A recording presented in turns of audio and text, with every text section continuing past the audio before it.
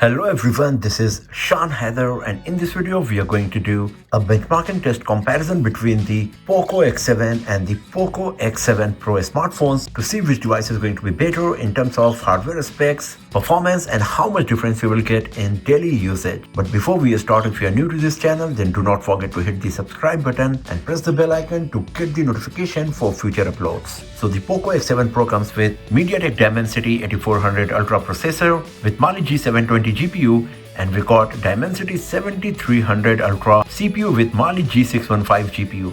Both of them got 12GB RAM with 512GB storage. The Poco X7 is running on Android 14 with HyperOS 1.0, while Poco X7 Pro is running on Android 15 with Xiaomi's HyperOS 2.0. So these are the benchmarking applications we got today here on our devices. The 3D Mark is not running right now on Poco X7 Pro. It's being blocked by the server, but we have performed the Entity benchmark and Geekbench 6, and these are the ones we are going to do for this comparison. So let's start with Entity benchmarking. So the Poco X7 scored 691,595 and the Poco X7 Pro scored 1.612747 million points. So as you can see that Poco X7 Pro is scoring nearly 2.5 times more points compared to what we are getting on Poco X7. If you go to the individual test score result, here you can have a look on the score achieved by both of these devices in CPU, GPU, memory, and UX. And as you can see,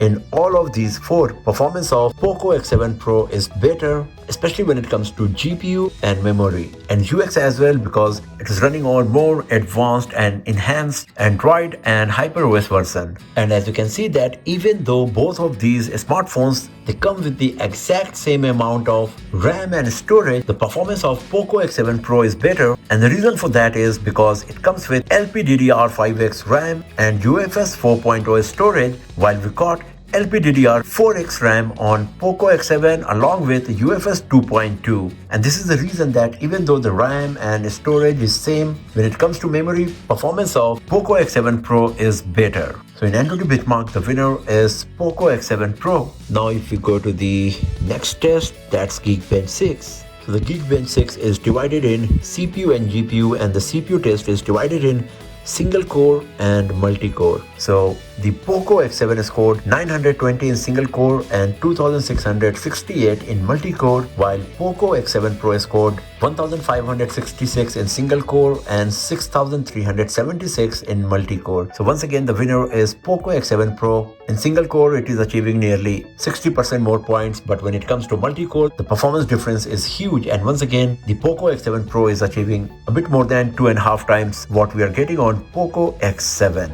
If we go to the GPU benchmarking test, in this Poco X7 scored 2485 and the Poco X7 Pro scored 10872. So this time the Poco X7 Pro is scoring nearly 4 times more points compared to what we got on Poco X7.